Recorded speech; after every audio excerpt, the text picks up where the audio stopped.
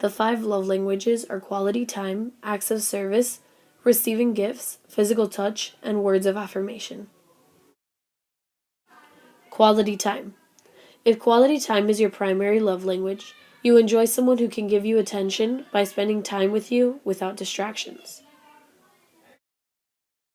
Acts of service. If acts of service is your primary love language, it means you would match well with someone who helps you with your daily activities without being obligated to do so. This could also mean that you interpret laziness as not caring. When receiving gifts is your primary love language, it doesn't mean that you are superficial. You assess the situation as someone who gets you a gift values you more than what they sacrifice to get it. The gift makes you feel as though the person cares about you. When physical touch is your primary love language, it doesn't mean all you care about is touching each other. It means that when someone caresses your face or rubs your back, they make you feel a sense of security and comfort. This also means that abuse and neglect are not taken lightly. If your first love language is words of affirmation, it means that you value what someone says more than their actions. You are deeply affected by negative words, but when someone says the right thing, it can build you up and boost your confidence. What is matrimony? The sacrament of matrimony is the uniting of a man and a woman through God.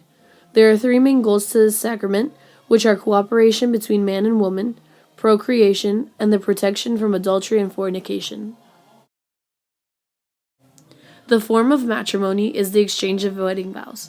This exchange is the words they say to each other, promising an eternity of love and happiness no matter what.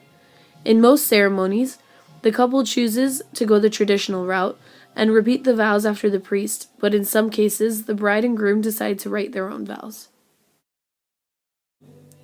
The matter of matrimony are the rings and both the man and the woman. They symbolize God's eternal love and commitment to the church. It also symbolizes the bride and groom being faithful until death do them part. The history of this sacrament started during the creation. In Genesis, we see that God made Adam and then from Adam made Eve. In this creation, he intended procreation, just like we see in the goals for marriage today. Another tradition from the Catholic faith is to stay celibate until marriage. Saving yourself for your future husband has always been a big part of our religion. A long time ago, marriage was considered the pass into adulthood, and celibacy defined that.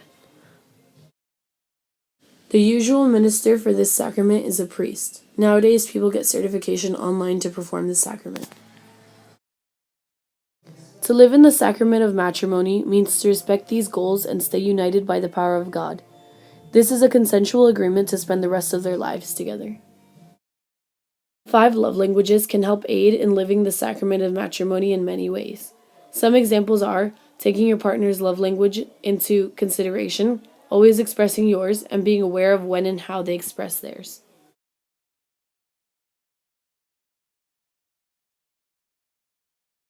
These expressions give you both an idea of how to keep the marriage alive.